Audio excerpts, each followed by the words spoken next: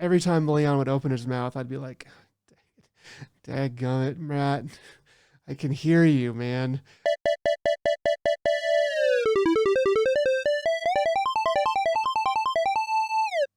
Hello and welcome to another Dead Pixel, a podcast about video games, entertainment, anime, life, a little bit of everything in between. With me today, a very proud fan of Fall Out Boy, and despite the fact that they ruined Billy Joel's "We Didn't Start the Fire," he's still very proud to call himself a fanboy. Nick, how you doing, Nick? Pretty good. I don't know if you can ruin something that's already not that great, but you know, it I will is. shank you through the internet, man. It is Uh, what it is. Um, yeah, Fall Out Boy is. They're at that age that a band gets to where they just want to print some money, and so they're doing dumb stuff. I I mean, as much as I like them, really it's only those first, let's see, I guess first four albums that I'll stand by. Folie à Deux was pretty good, and then after that, I kind of moved on, and they kind of moved on. Maniac was all right. I think Maniac was pretty good, but the newest one I think I listened to maybe once. I'm They're just gonna say, for someone who still calls himself a fan, uh, I'm gonna go ahead and misquote one of my favorite quotes from Firefly, and that's Shepherd Book saying, "Yeah, you're going to burn in a very special level of hell, the one that's reserved for child molesters and the people who talk in movie theaters." those are definitely very much on the same par. Yeah, I mean bands evolve, and sometimes it's in a way that bands just get worse. I mean, there's very few bands that actually get better, um, and very few that stay as good. Um, it's just, I mean, Weeds was the same way. Green Day is the same way. Um, yeah, those are all bands that I really loved growing up, and they are just not that good anymore.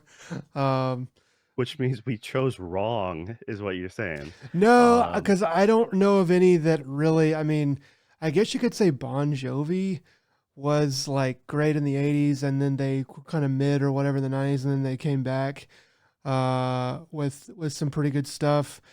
If I mean, I'm not really a big fan of Bon Jovi in the first place, but just kind of thinking I about couldn't that. mention anything beyond like the 80s and early 90s. Like everything else, like he had a career after that. Sure, I I'll think believe I you. think that "It's My Life" album was pretty big. It was a pretty big resurgence in the early 2000s, late '90s, early True. 2000s. I Uh, actually didn't remember when that came out, so I just know one of the group members saying that one at karaoke quite often. well, So them and U2, U2 kind of they had a big resurgence around the time the Patriots were popping off in the Super Bowl and stuff. But yeah, it's never quite the same again. But yeah, I don't know. well, Bands are I know bands. what you're thankful for, but other than that, how was your Thanksgiving? Good. I went up to see my brother. It was pretty cool in Dallas. My nephew's getting taller and getting into basketball. Getting a little mouthy little 14-year-old. So he challenged me to game basketball. So I just made sure not to back him down too hard, and but I still beat him pretty handily. Um, but I was nice about it. I was real nice about it. Um, but yeah, pretty good. How was your Thanksgiving? Uh, I also had to deal with nephews, and they all know me as gamer uncle. The other uncle The is cool sports uncle. uncle, Okay. and then there's like the one that we just don't mention. So it was kind of funny because the age range was roughly about 10 to 20. I think 10 to 20 was roughly about it, and there was like six kids in that range. uh, and I had to proceed to handle all of them with a good ass whooping when it came to VR, because Mm, luckily Grandma and Grandpa have VR thanks to Beat Saber and me. So they were like, they wanted to show how good they were. I'm like, yeah, sure. And I'm like, I haven't played PSVR 1 in a very long time, and I crushed them, and it was great. I had to just assert myself, and Establish afterwards, I'm like, dominance. and then I only see them once every like handful of years, literally. So I was just like, okay, cool. The last memory you have of me now, potentially between now and maybe I die, is going to be me just crushing you. And okay, I'm all right with that. I end up on a high note. Uh, I mean, two of the kids I played Fortnite with once, and we won. We like granted, I just played the shooting game, and they did the building. And I'm like, cool. Now that we won, I'm done playing this game, and that's exactly what it's been. That was like 4 years ago. So Yeah, yeah, it's no, good. It's good it to was a good time though. Uh, crush kids with stuff. Just destroy no, them.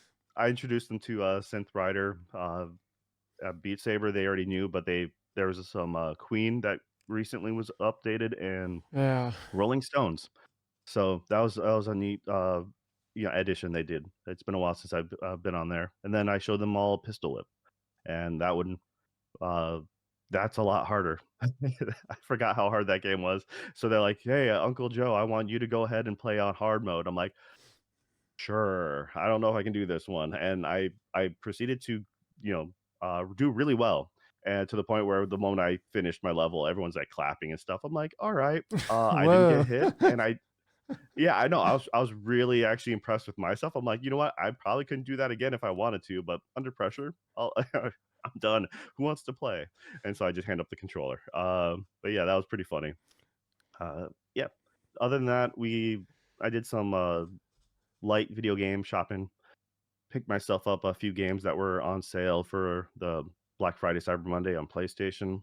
One of the games I picked up was I finally got around to picking up Ratchet and Clank because Oh yeah. actually, yeah, that one's currently on sale. It's actually so it The wasn't on sale for Black Friday. the early The moment PS5 that one version. ended, yeah, it's PS5. It's currently on sale for how 30 or 40. Shoot, I have to double check now. But Okay. it's a lot of people were pissed because it wasn't on sale for Black Friday, and then it was like the moment that sale ended, they're like Game of the Year sale. Here it is. Um, so Okay. yeah, it's a little weird. I picked up a game that I'll talk about later called Red Matter on VR, and a few other VR games that I'm kind of curious about. So other than that, nothing too expensive, nothing too big. It's just some stuff I had on my wish list for a while. But I did the big note ones of note was since my PlayStation bundle was God of War, so I finally picked up myself the new Horizon Forbidden West. Ah, Um, good game. yeah, so and then I picked up the VR for that Call of the Mountain. So I'm pretty excited about those. But yeah, that's it on my front. Nothing too exciting. Oh, though I did pick up some bookshelf speakers, so some nice Ah. ones I've been eyeing for a while. Also once again, those are like mid range, not the crazy expensive ones or nothing like that. But uh, I'm I'm pretty happy with what I got. So yeah, Yeah, I was really close to getting another subwoofer to go for my record player, but I ended up not. There was other things that I wanted to get, and there was gonna be a clip to match the speakers I already have. So the sale was good, but I actually was looking around on like Facebook Marketplace and Craigslist and stuff, and there was a couple pretty good subwoofers that were cheaper than even the sales. So I was like, yeah, I'll just get one of these on here whenever I want. Essentially, I don't want to waste money I could be spending on deals on something that's going to be on sale forever. So, but besides that, I just got a lot of little things. I have shoes and some clothes and then some stuff for people for Christmas. Uh, and then still have a little bit more to get. I think still have two more people to buy for. But almost done with that. But yeah, so all in all, pretty good Black Friday. But I heard from people, and I kind of agree. The Black Friday deals are not as deep as they have been in the past. I felt like there was some good stuff, and there was a lot of pretty good stuff. But um, years past, maybe a little better. I think it's been because they've been extending it so far early now through Yeah, through the month. It's you get a better overall deal and more consistent, but it's not the 1 day deep impact, like mega cut and also super limited. Speaking of super limited, I'm still super angry that um those Alan Wake thermos sold like apparently that did suck. Yeah. on Reddit they were talking about how they were sold out within minutes and like they're like everyone's blaming bots or something, but Uh, or like they had like 10 in stock, one of the two. just barely in So stock. My dad called me right after Thanksgiving. I guess it was Black Friday. He called me and he was like, "Hey, I'm in Best Buy. Um, we're looking at TVs because their TV was starting to go out." He was like, "What's your TV called?" And I was like, "It's the LG. I have an LG C2." And I told him, "I think the C3 is out right now, so try to get that." And he ended up getting that. And then he got so he bought me last year. He bought me a sound bar, the LG sound bar with the subwoofer, and it's freaking amazing. And he's been over to my house a couple times to hear it and stuff like that. So I told him, go ahead and get that combo because it's freaking worth it.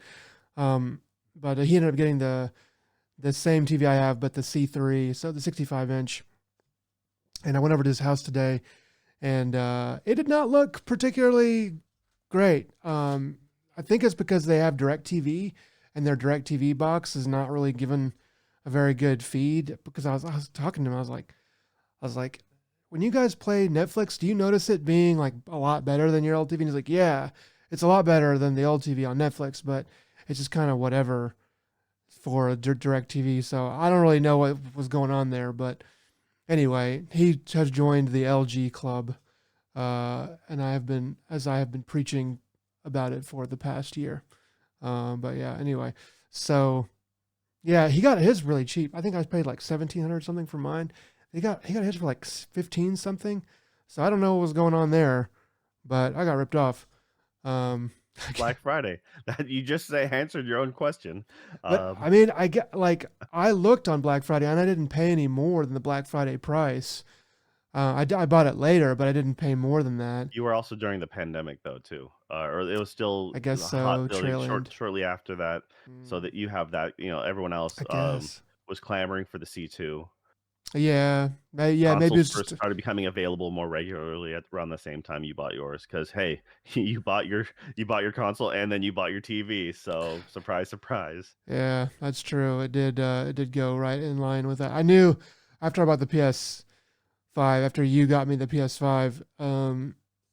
Forgot. Yeah, or you sent it to me. I still paid for it, but I used my raffle slot. Yeah, yeah. for you. After that came to me, and I was playing on the 1080p 55 inch or 45 inch. It's only 45 inch, and it had that. It's not horrible, but it's got this like decolored streak through it. And I was just sitting there. I was like, I gotta get this. I got to get a new TV. I'm not playing this because I was playing Horizon Forbidden West. It looked okay. It was a pretty game, even at 1080. But when I got it and I started playing it on the C2, I was like, Mother of God, this is beautiful. It was just the colors. Oh man, and it was just freaking awesome. I was like, man, this is the best fucking 1750 I've ever spent. Uh, anyway, so yeah, it was yeah, good times, good times. Yeah, All so right. that's Well, enough. on to the news now. Go to the Hard pivot. news. There you go. What do you got for us, Nick? Okay, I'll keep talking. So, 2 weeks ago, right after, right after, um, uh, our podcast that Monday, they had a little snippet in the news about Near. Uh, Somebody over at Square Enix said that the Near series will continue as long as Yoko Taro remains alive. And that's how they put it, which is pretty funny. So yeah, so there's another Near in the works. I'm pretty sure. I'm kind of reading the tea leaves, reading between the lines and some of the stuff that I've heard, but I uh, I have also heard that they are working on. I think in that same article they were talking about how they're working on another game um, that is going to come out next, and it's not a near game; it's something else. So that has me somewhat apprehensive about what's going to happen next. Um, but yeah, I'm excited. I'm eager and excited and hopeful for another near. But it looks like it's going to probably be another 2 years minimum if there's another game in the works. Whenever that comes out, if it comes out in 24, then I'm hoping that a near game would come out in honestly not any earlier than 25 or not not any yeah probably preferably like 26 so they know they had plenty of time on it. But I don't know. I would think it would take 3 years for them to make a decent near game, but I don't know how much is in pre-production. There's a lot to wring my hands about with Nier and Yoko Taro, but it will be. There's some things that I do know. It will be meh gameplay or meh to pretty good gameplay, and the story will be batshit. But it will be if it's Yoko Taro, and I just really hope that they let him just have the full control of the reins, and he is just allowed to just be as freaking weird as possible. Anyway, so yeah, they're gonna keep making near games as long as Yoko Taro's alive. He's in his 50s, so we might have two two more. I'd be surprised if we even have two more. But yeah, I think you're. I don't think you need to worry. I mean, I'm actually more curious what he's going to make outside the Nier series because I mean he's kind of all over the place. Even with Nier, like a lot of people, between Drakengard and Nier, and granted it's all the same universe, but you didn't know that at the time. And just because the gameplay has weird oddities into it, it's kind of it'd be fun to see what he'd be able to do with the new IP, and then watch him slowly weave that into Nier just because he can. I mean, you're just never gonna have another character like 2B. You know, it's it's just that's what's the most nerve wracking about it. Original Near character or Near guy, brother Near, whatever, he was pretty cool. And then the Drakengard, I forget her name, Zero. Yeah, Zero gets a lot of fanfare. I still need to play Drakengard games, but 2B is it's going to be hard to live up to that, and that's sort of the thing that worries me. Yeah. Yeah. Well, yeah, I honestly that's so far out. But you know what's not so far out? The fact that they finally announced a release date for uh Resident Evil 4 VR, Okay. and so I'm super stoked. It's supposed to be the 8th of December, so coming right around the corner. You're gonna jump right on Uh, that. You're gonna get that. I actually that was one of the games I bought during Black Friday. I went ahead and it was on sale, and so I was like, you know what? Yep, now's the perfect chance. It's actually, I think they announced it shortly just after I bought it, but I knew it was coming out. So it was slated for December or like winter, so I was like, all right, and yeah, so it'll give me something to do.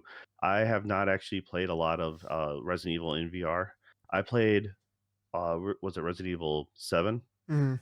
And then I started to do Village, uh, but it's like since I hadn't finished 7, I was just like I can't do it. I have to wait, and but because 7 is still on PSVR 1, and when I first tried that, it was a friend's copy. Like I didn't even have VR at the time, and it's just I've never gotten around to just having gotten around to playing it. So it's like I wanted to play 7, then Village, and now I'll probably just go straight to 4, and that's probably what's going to happen.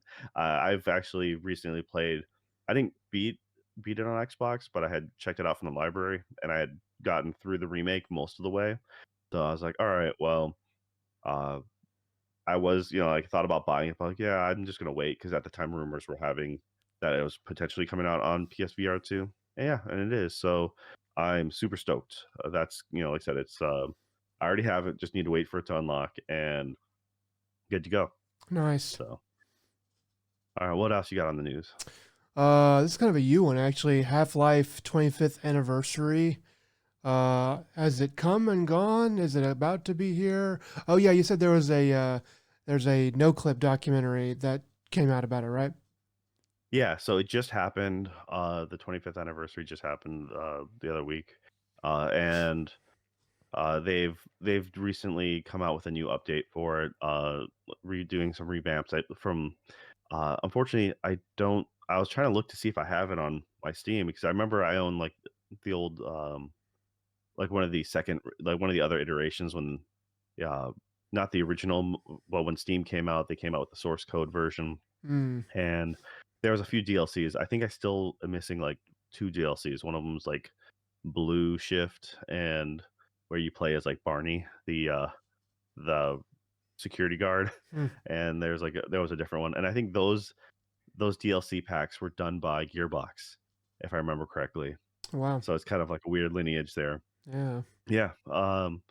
But no, it was just, I hadn't played Half-Life 1 for a very long time. I think I was interested in that Black Mesa project they were going with where they were, trying to revamp it as well.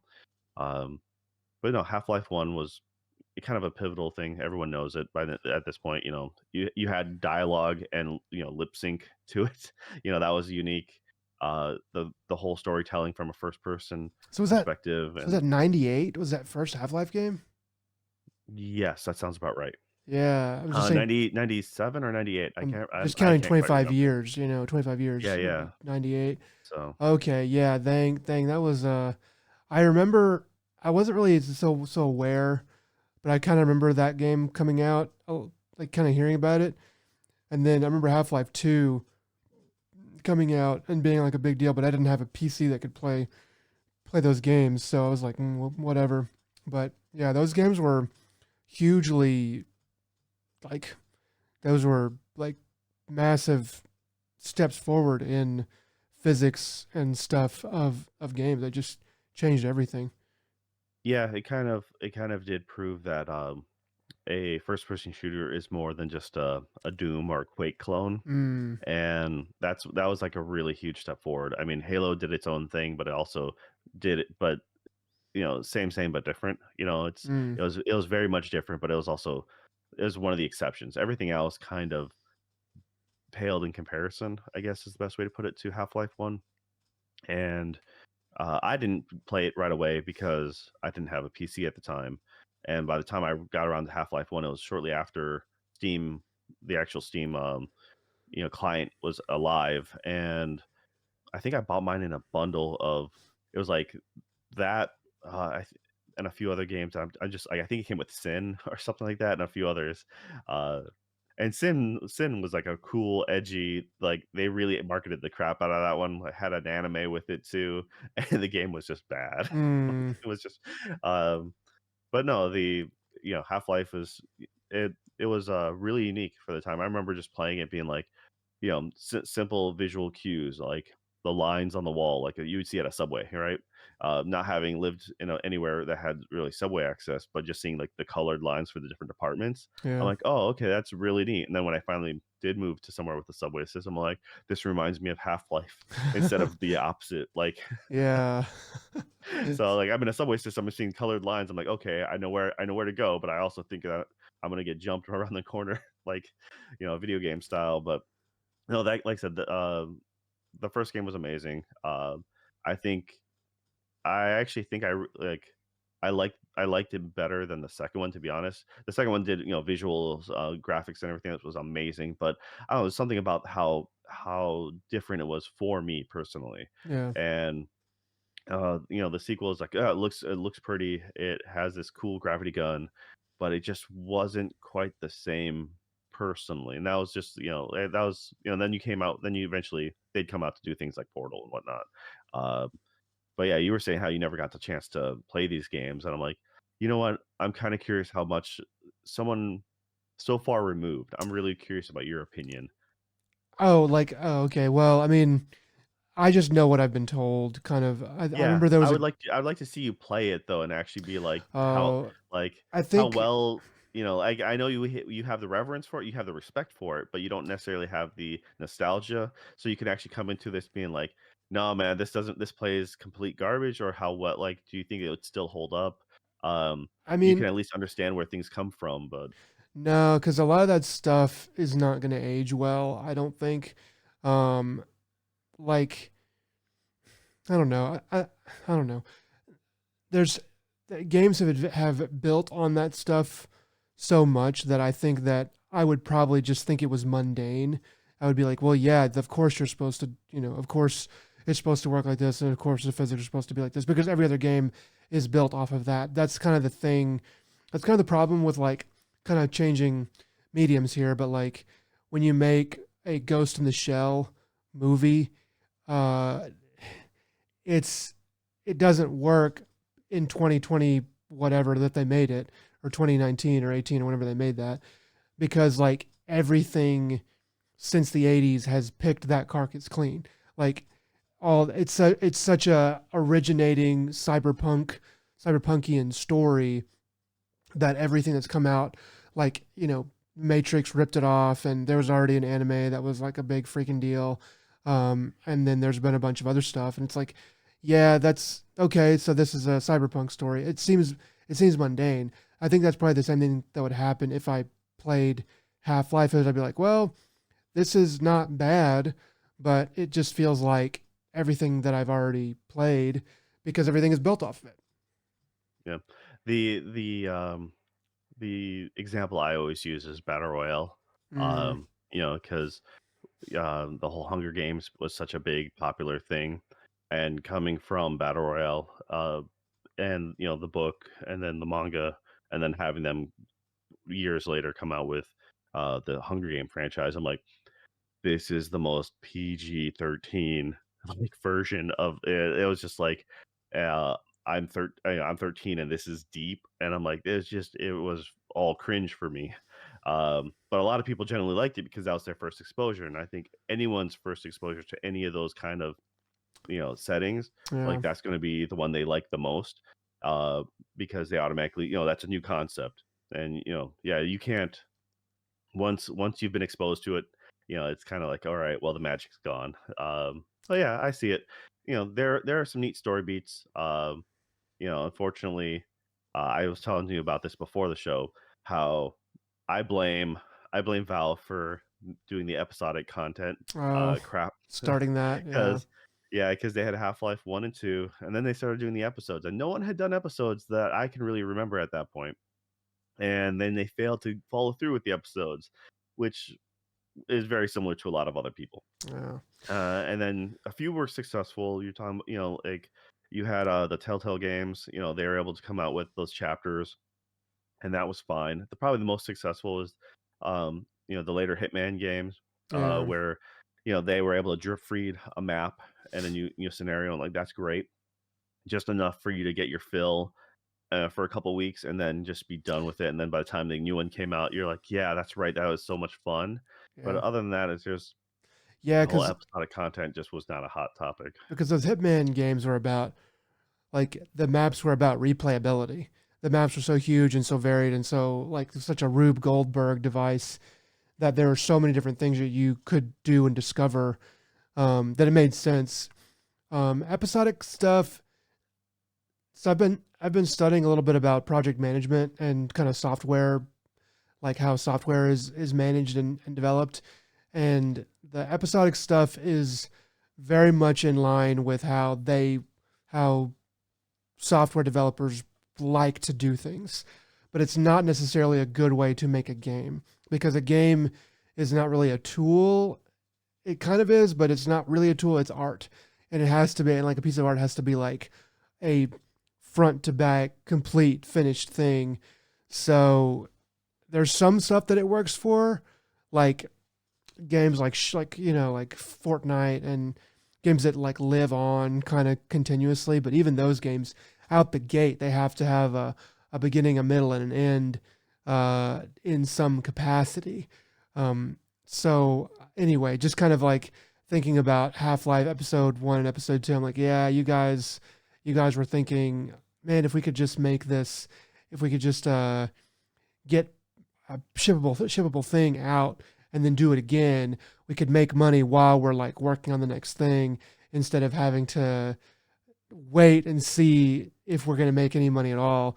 Um, but it doesn't. I don't think it works that way for games like that, which they had to try and figure out, and that's kind of another way that they pioneered.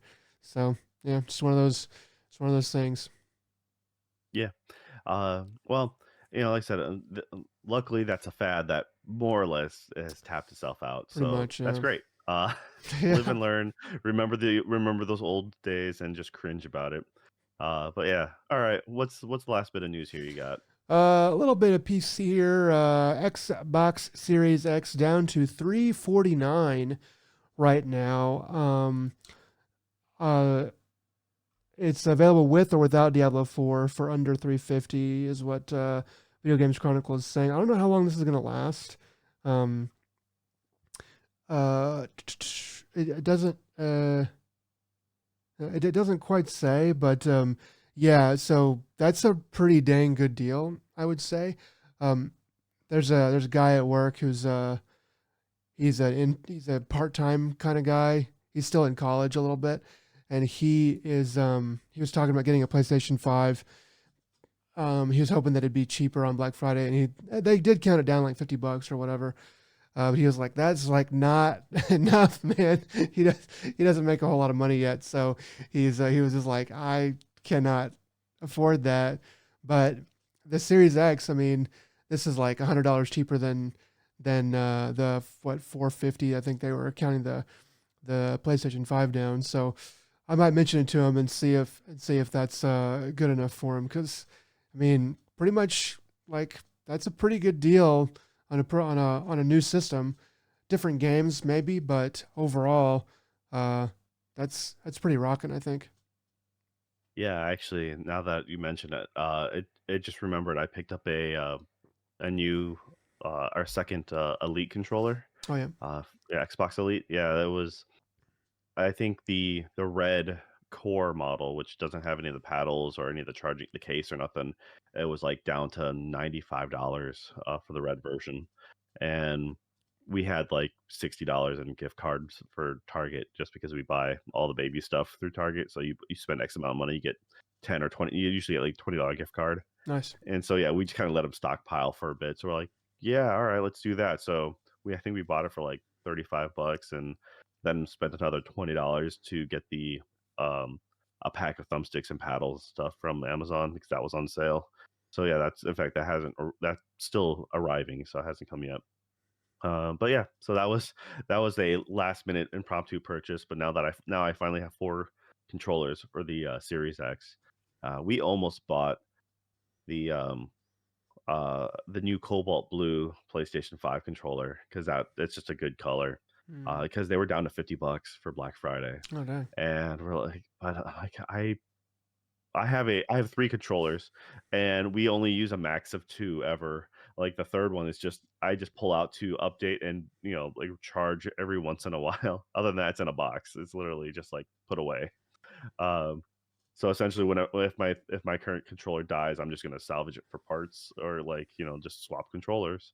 But yeah, so I'm like, well, chances are, thanks to Game Pass, I will play four players more likely, local co-op.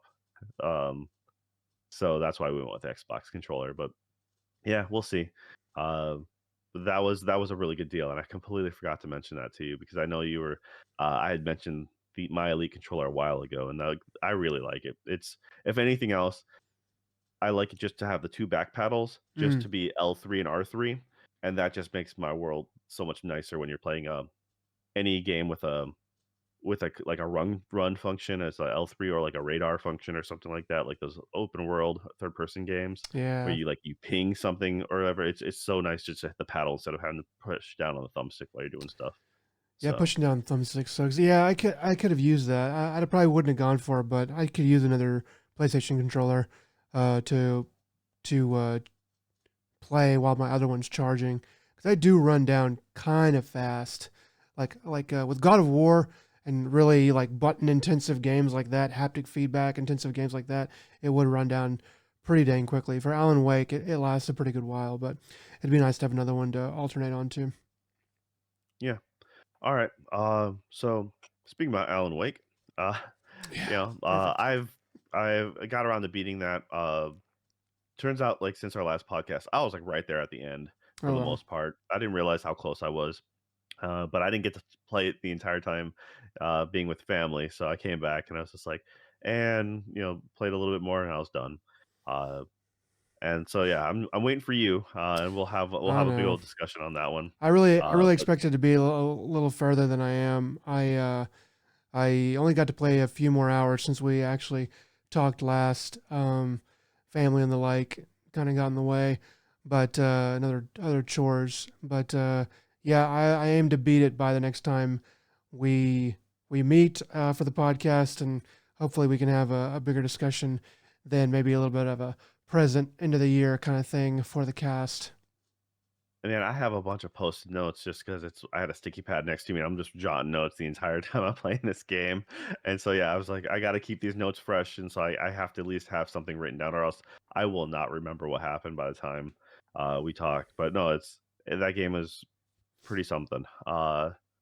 Unfortunately, like I said, there was a few weird, wonky parts with what I was playing, but as a whole, I'm actually itching to play it again. I really want them to come out with the new game plus mode because I think that'd be great. Yeah, Rumor has it that with the new game plus, they might actually have more story beats to unlock after the fact. They kind of did something like that with the original Alan Wake. Once you unlock Nightmare mode, you got more manuscript pages with that. So that's the only way you were able to get unlock like the complete the Xbox achievements at the time right. was you had to play through it on regular and then on Nightmare. So yeah, it's kind of uh, I'm kind of curious when I'm hoping they'll get that sometime, sooner than later. But yeah, outside of that, I actually the game mentioned before, I picked up Red Matter. So Red Matter PSVR game just came out on it was PSVR one for the longest time. I never even heard of it. But Red Matter 2 has been on like a lot of people's top lists for a really good PSVR 2 game. So that went on sale a while ago, and I purchased it. But I'm weird, and I like even though you can play it separately, I'm like I kind of want to play that first one. So I just had it on the back burner. I'm like, yeah, I'll get to it eventually. Rumor has they'll eventually port the old one to PSVR 2, and they finally did. And then I waited a little bit, and it happened to go on sale. So it's pretty short, and I don't know how to say this. It's it talks about in this description on the thing. It's just it's a like a puzzle game. The best way for me to explain it is it's kind of like a Gone Home experience, Okay. where it it has really good atmosphere. The visuals are really good. The rough story is you're on a moon or on a planet, and you're part of some military alliance or some group or whatever, and you're looking at a enemy base that has been vacant, and so your job is to go in and collect information, and then as you're going through, you're unraveling like the story that happened, and it gets creepy. That's just the best way for me to say it without spoiling it, and it's a short game. You can it's like a handful of hours, 3 to 5 depending. uh, I thought it was really good. I had a lot of fun with it, and I'm itching to play the Red Matter 2.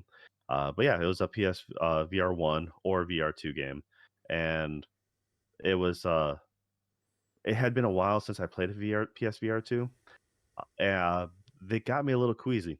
Like I was like, wow, Mm, but I had turned it to smooth turning, so then I went to just instant, clicking motion. Like there's two different toggles you can have for turning. For step by step turning, or you can have just smooth. And so once I changed it to like a step by step turning motion, it made it like it kind of handled itself. But yeah, it was interesting for me to. I usually don't get queasy at all or anything like that. I'm like, and I played it for a while. I'm like, yeah, I mean, I just need to get used to it, power through it. I'm like, yeah, well, it's about time I eat. So I went ahead and ate, came back, and then I'm like, I'm just instead of having to struggle through it, I'm just gonna go ahead and just turn it now and try to enjoy myself with it. But yeah, the ambiance, the quality of the game was really something. I'm glad I bought it, and I highly recommend it. Anyone who likes a puzzle style game or a like an atmospheric game. So like say if you like something like Gone Home, where you're finding clues and like unraveling a story, totally recommend that. And yeah, that's about the only real thing I played since coming back, other than finishing Alan Wake. So hopefully we get to I'll be hitting up some of those other games in the near future that I picked up from Black Friday, but we'll see when I can get to those. Yeah, yeah. Man, there's a lot of games that come out toward the end of this year. I mean, Baldur's Gate 3, I do really wish I'd played that, and Spider-Man 2. I'm really wanting to play that as well. Um, there's so many good games that came out this year. We just couldn't quite get our hands on. Maybe we can talk about what's coming out next year in a future episode, and then maybe have a better 2024 as far as like getting games played. I don't know. At least for me, I think maybe you played more of what you wanted to. Um, but yeah, Yeah, we'll see what happens when it comes to next week is going to be the video game awards. So they should, they said they're really toning it down, but I'm curious how much they're going to actually be like new announcements and new reveals. So it should be interesting to see maybe some new stuff coming out, I think it's a get some good. hype. I mean, I think it's a good place for it. Like, we don't really have E3 anymore. We kind of have that in the summertime. The June sort of. Everybody kind of just comes out with whatever they have. But this is a good bookend to that, I think, where it's other half of the year. So there should be new good news. Everyone's got their eyes on video games for Game of the Year awards, whatever, or the video game awards. It's a perfect time to have a trailer or two. Not too big of a deal. I mean, you're gonna put it out anyway, and I think it's great. I really hope that they double down on that and actually start to have more and more stuff like that at the video game awards because I think it's a perfect place to do it. Yeah, we'll see. Rumor has it they've said that they're going to beef up security, so I'm more interested about that aspect. Yeah, we shall see. We shall see. I hope they do. All right. Now I guess back to what we've been watching. So you've gotten a chance to watch a few things since our last podcast. So what do you got? Yeah, I've been doing a pretty good job watching stuff though. Yeah, so a couple weeks ago, Resident Evil Death Island came out.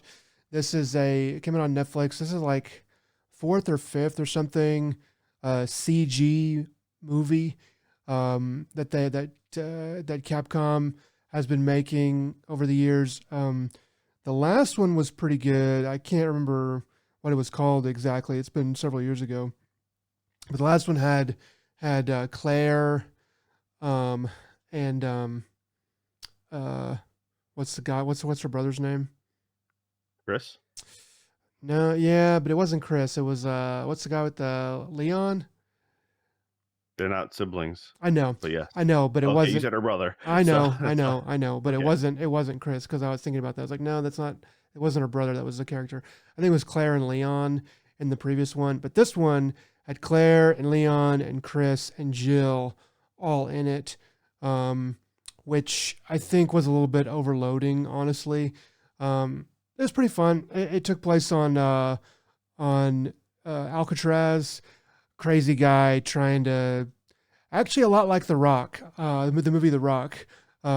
Crazy guy trying to infect the world with not quite a virus, but basically a virus from Alcatraz, and our heroes have to stop him. So kind of funny the parallels there, but yeah, it's pretty good.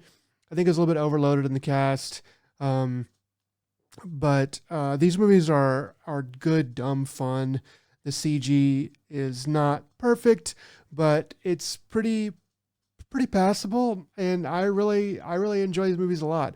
Probably the most distracting thing about the movie was that Leon was voice acted by Matt Mercer, and I just I've listened to a lot. I mean, I used to watch a lot of and listen to a lot of Critical Role. I think I've mentioned that on here. I have since stopped for the most part. But his voice is so recognizable to me, even when he's trying to be, you know, hero guy. Um, that it's just I can't. Every time Leon would open his mouth, I'd be like, "Dadgummit, Matt, I can hear you, man." And it's Yeah. just so distracting. But overall, it was a good, fun movie. Have you seen any of these Resident Evil Yeah, movies? I actually own some of like the early ones, but Yeah, it's been going for a uh, while. as to say, welcome to the world of anime. It's one of those things that you just have to get used to. I Now can, if it's like, yeah, it's just like it's one of those things that I remember doing back in the day where, like, but when anime was still so new, you're like, yeah, okay, so that character's voice, like they also voice you can just rattle their IMDb because there are so few anime, but they did this, and the other thing. And you're like, okay. And of course then you're like, oh yeah, no, that's the new character, that they're the main person from X, Y, and Z. Oh, but okay, you might know them from this and that. Like it's eventually, unless if it's a very uh distinct personality, you just you can kind of just start to whitewash it, just like, all right, go ahead and we're good. Like I've now cleared my sense. Your voice is the right tone. The big thing is, are they the right tone for that character? You make that tone, okay, good. But I and know. on the Japanese front, I know people who will go out of their way to watch an anime because their favorite seiryu voice actor or actress will, like, oh, they're starring in a minor role in this anime. Mm. I am now going to go out of my way to watch this subtitled anime because I want to listen to the Japanese voice actors, like. And I'm like, you know what? Bless you for having that kind of fandom. There used to be a time where I would watch any movie done by a certain actor just because, like, oh, dude, so and so's in it, cool. Personally hunt Yeah, down their like discography. I am, I do understand that, and I'm glad for people who do that. And I try not to know which voice actor is doing what because I don't really want them in my head when I'm watching the show. Which is weird because it's different for live action stuff. I don't know why. I don't know why it's different. I guess because you can't avoid it, so you may as well lean into it that way. But for Matt Mercer, it's just so. I don't want to like crap on him, but I think it's they just ask for that voice, and that's what he delivers. Whereas like Troy Baker or the guy that played I can't remember his name, but the guy that played Nolan North. no, yeah, Nolan North. That's it. Yeah, I guess they either I am not familiar with the breadth of their work, or they are a little bit more. They have a bit more range. And as far as like or in the nuance of their hero characters, so it's not as distracting. But yeah, for just some reason I didn't even know Matt Mercer was going to be in it, and I heard Leon open his mouth and I was like, all right, hey Matt, how's it going? I guess we're gonna listen to you this whole movie. It's just a me thing. It's my vendetta against Matt Mercer. um so anyway, it's good. It's a good show. Matt Mercer's fine. He does a good job in it. I just wish I didn't know. I just wish I didn't know that. Well, I mean, all I can think of is him as McCree being, saying it's high noon. Yeah. So good old Overwatch, and that's probably where I first met, like heard of him from, and then friends talking about, it's like, like, oh yeah, did you know him and like half the Overwatch cast do D&D together and shit? I'm like, oh, okay, did not know that was a thing. Yeah, so I came into all that late. Um, but like I said, I can hear, like, especially when see you're seeing a new anime or there's a new actor or actress, and you're like, and then you're watching like, oh wait, that's them.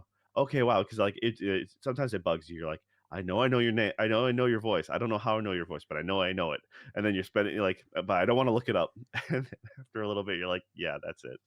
But no, it's one of those things that it just comes with the territory, and hopefully, uh, like I said, if they're not so much of a caricature, it works pretty well. But I feel like the Resident Evil, as a story, all their stories they're hammy as heck, and that's part of the fun of it. But I could see now. You actually made me want to see it because I had no desire to see it. I actually, a different podcast I listened to, one of the guys is living in Japan, and he's like, I had nothing else better to do for the Uh, holidays, and I went and saw it, and you're like, it's it was what you expected. It's like I ate some popcorn and that was fine, and it Yeah, was just it's a watch while you're doing something else kind of movie, I think. But I don't know. Like it's fun enough. But I wouldn't make it my number one Saturday night movie, to watch with the family. I wouldn't give it that kind of time, but it's pretty good. all right. Well, speaking about people with range and good voicing, and also with the title "Resident" in it, I actually recently a friend gave me their Peacock account, and so I went ahead and uh, found a show on there from off the Sci-Fi Network. It's Resident Alien, and it stars Alan Tudyk. He's the best known for the pilot from Firefly. I forget now. He does a lot of voice. The thing is, I didn't realize how much voice acting he does for Disney and Mm. Pixar and such. But he's one of his biggest voices was King Candy from Sugar Rush, or was it Wreck It Ralph? That was Oh, the yeah. Sugar Rush was the Japanese name, and that's kind of how I first came across it. But yeah, he does a lot of voice acting and stuff. But anyways, this is a live action series, and I just saw him in it. I'm like, I have to watch this. And it's literally a show about an alien who crash lands uh, on Earth, and when he lands, he's in the middle of Colorado in a little town of nowhere, and he just happens to come across a cabin, kills a dude who lives there, and then just takes his life.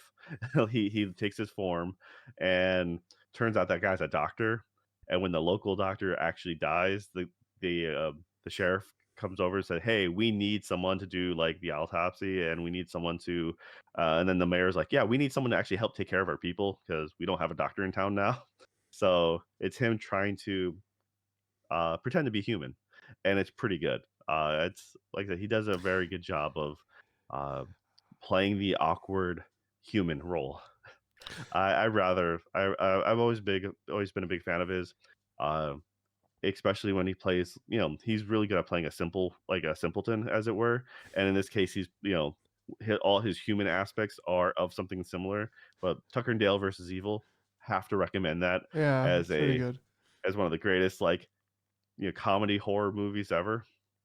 Uh, He is really Actually, good that's at my looking. His like surprised and I screwed up face is really top notch. yeah. So no, if you get a chance to, totally recommend. I'm only a handful of episodes in, Yeah, like 5 or 6, and I've this has been my current like couple times a week. I don't watch TV shows anymore, like live action TV shows, but I'm actually going out of my way for this one. So this is good. it's good. All right. You also had something else you were watching, documentary, Uh, no, not a something documentary. like that. Oh no, my bad. No, the Fall of the House of Usher, Oh, um, okay. which is I mean, I think originally it's a Edgar Allan Poe poem or Isn't story or something, Yeah, but but isn't it old, like, or did they come out with a new one? yeah, so this is a take on that and kind of an homage or has many homages to Edgar Allan Poe through this. It's a miniseries came out on Netflix right around Halloween. Um, Mike Flanagan, I think, is the director, and he does one of these every year. Yeah, Mike Flanagan. Um, so he's done. The Haunting of Hill House in 2018, Midnight Mass in 2021, Midnight Club in 22, Haunting of Bly Manor in 2020, and then The Fall of the House of Usher um, is just this most recent one. It's about a family of called the Ushers, and they are very very wealthy, ultra influential, and how basically they are haunted and kind of picked off one by one. They kind of say that in the first episode, so I'm not really spoiling too much. But it's pretty good. It was pretty good. The Midnight Club didn't really hold my interest. I think I barely finished one episode of that, and it was just I just couldn't really get into it. But this one was almost about the same for me, but I ended up finishing the first episode, and then it got better from episode 2 on. But yeah, good. It's a good horror uh, kind of piece. Lots of pretty good actors in there, and overall, like they do a good job of kind of mixing it up and then throwing in a lot of Edgar Allan Poe stuff. So I'm not super familiar with Edgar Allan Poe, but I know some of the main hits. And so they do a good job of reminding you of that. And anyway, it's pretty good. It's pretty good all the way through. I recommend it to anybody that enjoyed Midnight Mass would probably enjoy this. Um, which was an earlier one. Which Oh, was I that okay? That was him too. That was the preacher on the island, right? Something like yes, that. The new preacher. yeah. Okay. Yeah, so he's the same director. I think he writes them too. And he's gotten better. Like the director Mike Flanagan, um, he's very preachy in a way, and he'll make characters monologue, which was very distracting in Midnight Mass. But in this one, it was pretty rare, and it didn't really happen until the end when one character kind of monologued, and then it was like for a reason.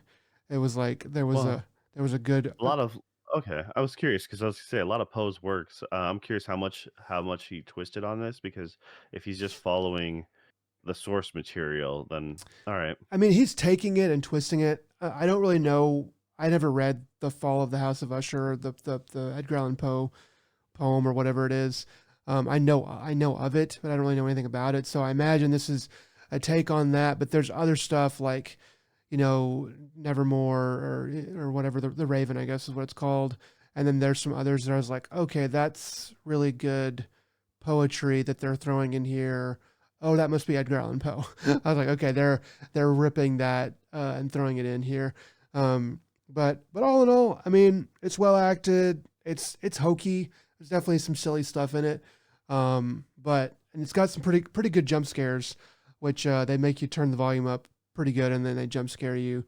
They did that probably like 3 or 4 times, especially more toward the end. But I enjoyed it. Overall, it was pretty good. Recommend it. All right. Looks like Mark Hamill's in it. I'm Oh not sure. yeah, he's the lawyer. He's Mr. Pym, and he does a pretty good job. He has this affected. Well, it's not quite that much. He's like a he kind of talks sort of like this the whole movie. It's kind of with a New York accent, but a little bit gruff. Except he's Mark Hamill, so he does a much better job of it than I can. But yeah, pretty good little cameo there by Marky Mark. Marky Mark's different. I know. That's a very different person. Yeah, But yes. all his friends call him Marky Mark. All right. But yes. All right. If you ever want a weird way to absorb Edgar Allan Poe, stuff, I would say go with the Alan Parsons Project, um, Tales of Mystery and Imagination. They do a couple. The whole album is just Edgar Allan Poe poems. Like you'll have the Raven in there, and it's done, in the style of Alan Parsons Project. So it's pretty unique, Yeah. that's for sure.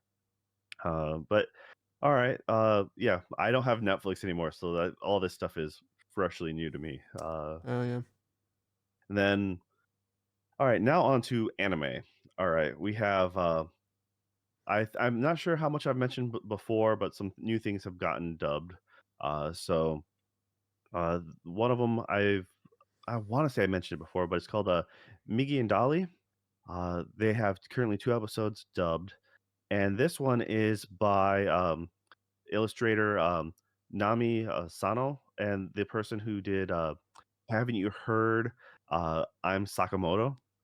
This anime is crazy. Sakamoto-kun is a very crazy anime. Just the guy's perfect, and everything he does is just over the top, and it's hilarious as because it's just really weird and awkward. So coming from that knowledge into this, Miggy and Dolly, the rough synopsis is uh, they're twins at an orphanage, and they get adopted by this older couple, but the couple only wants one kid, and since they're twins, they're essentially both living in the house pretending to be the same person. Oh, Um, okay. I saw that. I looked this up, and I just saw some screenshots. I noticed that there were twins in it, and so I was like, okay, this must be okay. I don't really know what's going on there, but now it makes sense. That's a pretty good premise. yeah, so it's rather silly. You'll see them do this weird um, acrobatic play in order to switch roles at the dinner table. So therefore, one of them will be on their hands and knees, kind of being fed underneath the table. Uh, but it's ridiculous. But the big twist on this one, unlike Sakamoto, which was just like pure comedy, uh, this one is these two kids specifically wanted to be adopted by they wanted to try so hard to be adopted by this family because they're in a certain neighborhood. Um, and that neighborhood is where they used to live, and their mother was murdered. So Mm, now they are out to find the person who murdered their mom and get revenge. So it's like, wow, that's a dark twist. Didn't expect it, but it's right there in the beginning, so it's not a spoiler. It's like opening scene. They show a little bit, and it's just, but it's very. It has you interested in what's going on. I've seen a handful of episodes in Japanese. At this rate, I'm probably just gonna watch the rest of them in English. But I am interested in seeing how this one plays out. Um, Once again, it's yeah, but if you want something that's more lighthearted, Sakamoto is just a weird one to watch, and it's pretty funny, just because it's ridiculous. And another one that's come out, 2 episodes dubbed, is Phantom of the Idol. This one is about a boy band duet, and essentially one guy has zero he can zero care for the project, but he's just like, I want a paycheck. I'm just here for that. Z- Uh, don't care about the audience, don't care about the crowd. Just like I'm here, do my dance routine, sing my song, and that's it. But he happens to run into a ghost of a former famous pop idol who passed away in a car crash, and so he's like, wait a minute, you can possess me and do my routine for me, and then you get to dance and sing. I get to chill and relax. I get a paycheck. Let's do this. mm. It's pretty entertaining. I've only seen the first 2 episodes, but I'm looking forward to it. And the last one I've been watching is the Apothecary Diaries. They've had 5 episodes dubbed now so far, and this one is takes place in China. Girl gets works for a an apothecary, but she gets kidnapped and sold as a slave to the palace, actually. So she is now just a lowly servant, and but she's quite smart. She has better knowledge of a lot of other things, medicines and such. But she knows to play herself down because she doesn't want to. Um, she doesn't want to be a bit, she wants to be as low key as possible. And also, anything that she does good, if she gets a pay raise, the people who sold her get a kickback. So, Mm. she has a contract to fill out. Once she fills out the contract, she's free to go, and that's all she wants to do. But it's actually quite interesting. It's a different type of anime than what I usually watch. Uh, it's funny. It has a decent enough story. The animation's all right. It's solid. So I would say most definitely give it a shot. It's once again, it's refreshing to have something different for a change. But yeah, those are the 3 things that I've been recommending that are relatively new. Uh, Other than Awesome. that, that's really been about it. Yeah, yeah. I'm looking forward to the next season of anime. Uh, I don't even know what all is coming out, but hoping that it'll be stuff that's gonna catch my attention a bit more than this past season. Um, I feel like this season's been really solid as a whole, actually, I especially know, but after the I the know lackluster summer. just Because summer, I that this felt season summer was just so weak. does not just for some reason just didn't catch me. But but I'm hoping I can. I'm planning to take some more chances on what's going on in the next season. And then Do see do what happens. Shangri-La Frontier. It's a simple watch. It's easy. It's funny. It's entertaining. It's in English. Um, Okay. if you want to watch like 6 episodes of a single race, go with MF Ghost. I'm doing that one in Japanese, and it is mind-numbing how long it took just to finish the one race. Uh, Mm. but I actually like it, but I just wish it just would move the story because if it actually went at a better clip, I think that'd be nicer. No, they have, like I said, a lot of sequels and stuff like that, and that's the hard thing to come into. Uh, and they have quite a few things that are really just mundane slice of life. They did finally drop the last few episodes of Near in English, though. So if you Okay. ever wanted to finish that off in English, there you go. Yeah. Um, I mean, Spy Family, Spy Family. If you like it, you like it. If you don't, you don't. If you don't, It's then more you're of the us. same. Yeah, I mean, it's better than last season, but that's not a high Really? bar. Okay, it's better than Uh, last season. Oh, okay. yeah, there's I didn't know you've been watching it. I guess I'd forgot you said a, you've been watching it. yeah, a returner. Magic should be special. That one's a really good one actually. That's 5 episodes dubbed so far. Uh, beats the Demon King. Has a bunch of companions who died along the way. He gets reincarnated into his academy days before the Demon King's army attacked, and so now he's trying to promote his friends who were lower level, as it were, like trying to get them up to snuff and get noted before the big battle, and so they'll be better prepared. That one's a solid one too. I mean, there are some really good ones that are single season like that, um, but then you got ones like the Faraway Paladin that's is currently on a second season, and that burned through the entire first season within a couple days, just because I'm like, this one it's actually pretty good. It was good enough for me to actually power through that, and then I'm happy with the second season so far. Yeah, So see, that that was one's one I watched kind of randomly a while ago. I didn't really know anything about it, but yeah, I actually did want to watch that whenever it came out. So yeah, I should go jump on that one again because that was yeah. pretty interesting. Season one's a super easy watch, man. It is. And you can have it in the background. I mean, I already it's watched not. season one of Oh, you did watch the entire season. Okay, I yeah thought you yeah. hadn't seen it all. Okay, No, I, yeah, I watched all season of it. two. Give that one shot, man. Can jump right into it. Yeah, Um, you're right. yeah. Other than that, there's I mean, if you want something that's super edge lord, the Kingdom of Ruin, that is I absolutely hate it, but at the same time, I'm watching it. It's just it's edgy for the edginess sake. They think it's so much more hardcore than it is. Yeah. Yeah, it's magic versus witches, or science versus witches. That's all it is. A genocide against witches because science, and a guy so angry he's just making things happen, and he can make a single bullet go to like essentially 10 stories tall into a skyscraper, and it's just like, yeah, this is ridiculous. I'm kind of curious where this ridiculousness goes. Hmm. And that's yeah, it's kind of it. I mean, I assumed you were going to be all over the was it the season 2 of Girlfriend, Girlfriend, Girlfriend, or season 1 of 100 Girlfriends or whatever. So a lot Yeah. of uh a lot of Well, cool you gimme there for you. well you underestimated me then, I guess. I Yeah. mean, you got your favorite Shield hero season 3. Yeah, that's getting pummeled in the ratings. 7.5. I guess people are watching it, but it's not getting a very. I guess 7.5 isn't bad, but for like the number one most watched show of a season being a 7.5, usually it's about like a 8.5, 9, higher than 9 Wa- sometimes. Yeah. Watch Furen. Furen is a really good one. I will back that one up 100%. It is Beyond Journey's it is End.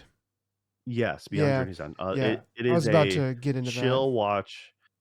I would say if you had to compare it to anything else, and like it's like Mushishi or um Natsume's Book of Friends, Okay. where it's slightly this one's not as melancholy as the other ones are, but it does have that little tinge. And it's kind of it's almost a slice of life, but it's just following on the journey. But it's the things that happen, it's good. It's kind of like in line with Kino's journey from way back when.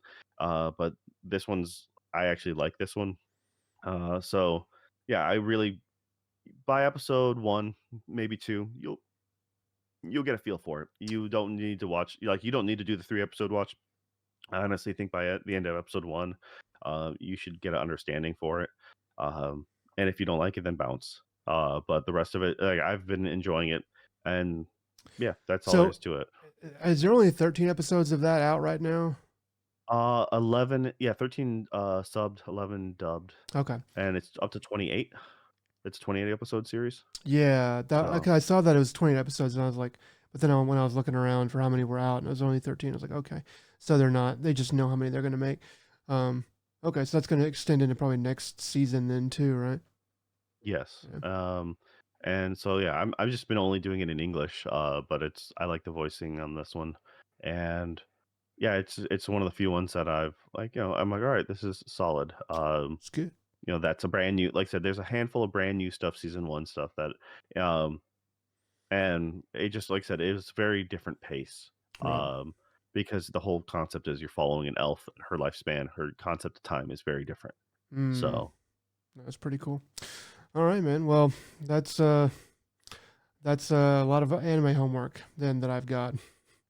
I mean, I just wanted to let you know it's not a bad season. It really isn't. I Yeah. mean, despite all that. So, but yes, for sure. If you guys made it to the end, well, we appreciate it and thank you. Bleep bloop. Nick will give you an achievement point for it. Uh, and so, Nick, what are your words of wisdom? Um,